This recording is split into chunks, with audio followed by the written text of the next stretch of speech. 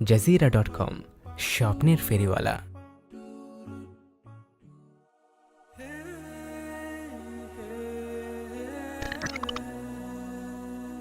সুবহে সাদিকের প্রশান্ত ভোর, মিনারের চূড়া থেকে ভেসে আসছে মুয়াজ্জিনের সুললিত কণ্ঠের আযান।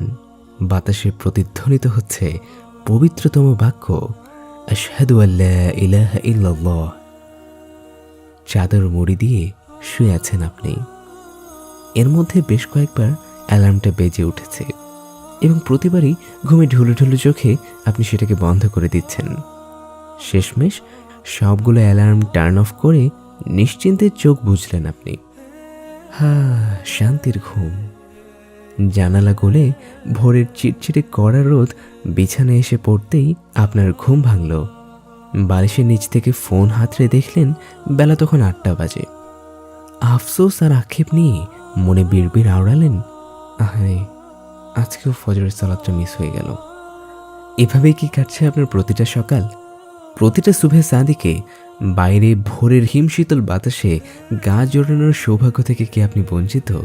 ফজরের সালাতে জাগবার জন্য আপনাকে কি তীব্র সংগ্রাম করতে হয়?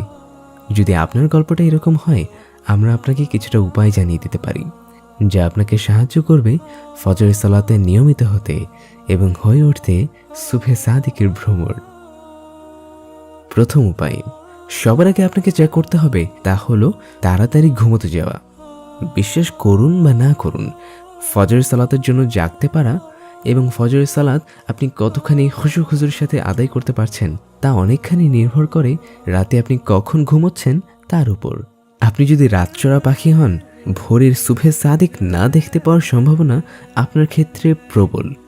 যে কাজগুলো আপনি রাত জেগে করেন, হতে পারে পড়াশোনা, অ্যাসাইনমেন্ট, জরুরি কোনো মিটিং, অ্যাপয়েন্টমেন্ট অথবা অন্য যে কোনো কিছু, সেগুলোকে ফজরের পরে করার শিডিউল করে ফেলুন।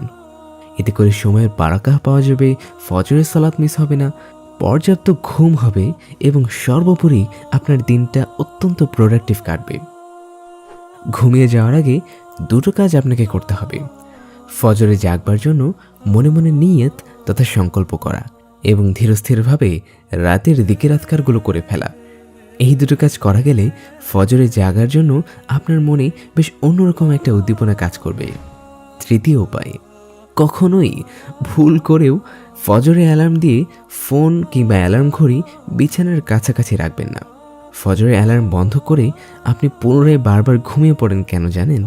কারণ অ্যালার্ম বেজে ওঠা মাত্র আপনার হাত ফোনের নাগাল পেয়ে যায়। ফোনটা বিছানা থেকে বেশ ভালো দূরত্বে রাখুন, যাতে অ্যালার্ম বাজলে আপনাকে যেন বিছানা ছেড়ে উঠে যেয়ে সেটাকে বন্ধ করতে হয়। এতে করে আপনার ঘুম ভাব কিছুটা দূর হবে এবং ফজরের সময় যে হয়ে গেছে সেটা ভাবার মতো যথেষ্ট সময় পাবে আপনার মস্তিষ্ক। চতুর্থ উপায়, যে স্থানে ফোন রাখবেন চেষ্টা করবেন সেখানে এক গ্লাস পানি ঢেকে রাখার। অ্যালার্ম বন্ধ করতে এলে তা যেন আপনার চোখে পড়ে।